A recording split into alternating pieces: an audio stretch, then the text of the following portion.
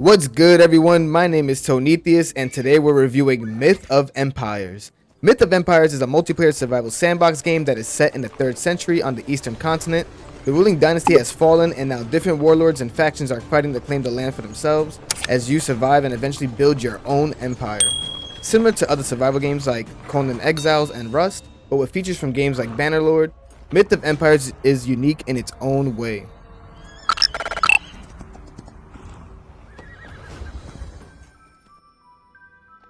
I really hope you don't mind gathering because you'll be doing a ton of it, and I mean like a ton of it.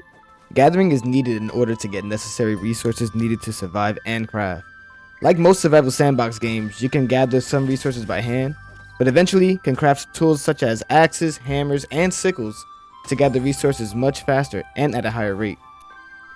The crafting in this game is pretty straightforward, but with tons of options as you level up your skills and learn recipes, which is pretty easy to do since you acquire skill points pretty easy in the early game.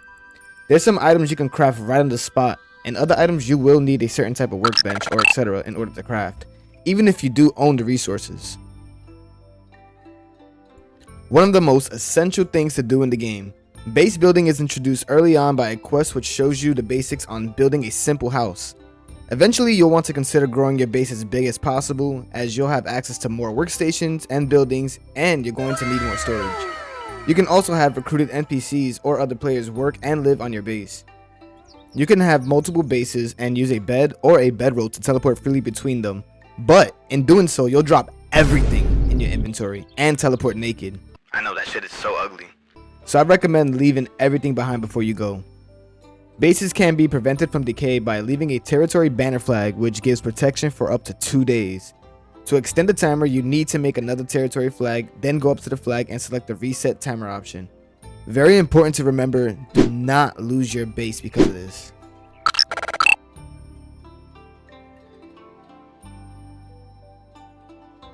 The combat system has 2 different modes.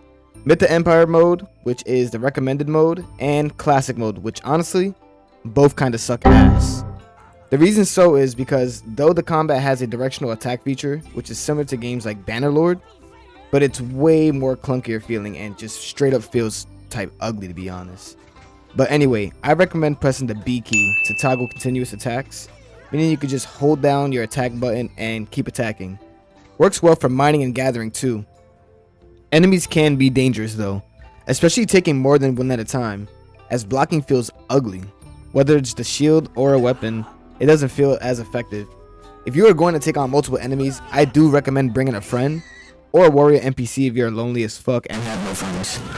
Hunting isn't as bad though.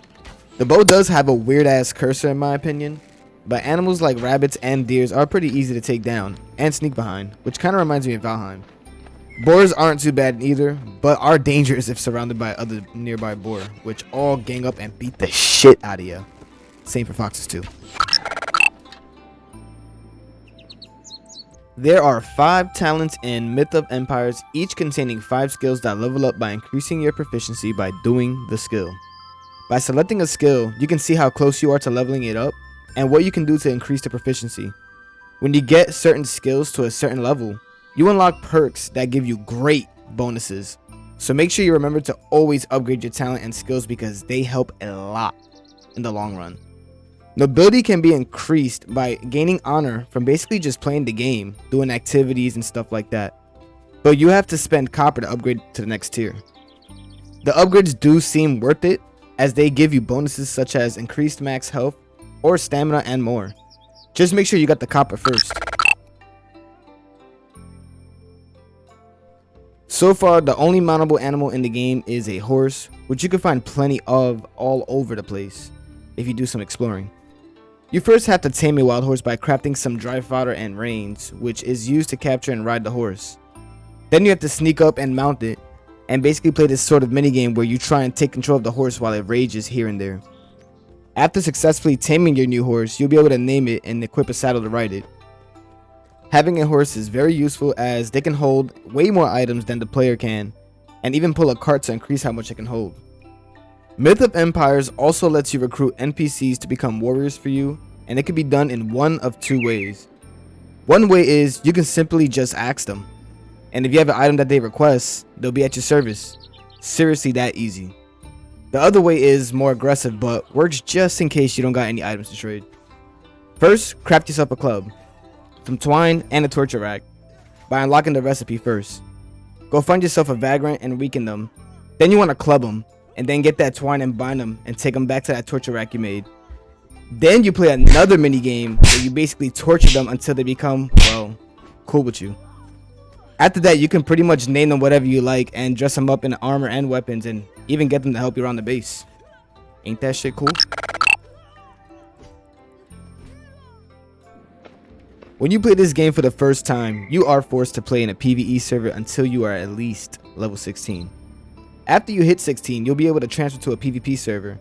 Just a fair warning though, you do need to be in a guild and have a stage station first. You also have to have enough copper to transfer, including enough to cover whatever items, mounts, or warriors you're transferring over to. It is also recommended to build a stage station on both sides so you can have the ability to travel back and forth between servers just in case. I personally haven't transferred yet, but I'll make sure to make a video covering PvP as well when I do. Myth of Empires, though rough around the edges, does have great potential in my opinion. The movement is very slow and combat is obviously ugly and clunky as fuck, I still admire the crafting system and the base building. That has tons of options from cooking to making medicine and more. I also think the warrior system is really cool as you can command multiple warriors and do different attack formations and more, which make PvP ratings sound like it would be sick as fuck. I would like to see some improvements in movement and definitely in combat, because if those two things were fixed, I think the game would really feel solid. But for an early access game, which is the trend nowadays, I've been enjoying myself since release date. Hope this video helped you guys if you needed help making a decision or was in general curious about the game. Leave a like and subscribe down below, it would really help. And let me know in the comments if there's anything else you want me to cover or go in more depth about.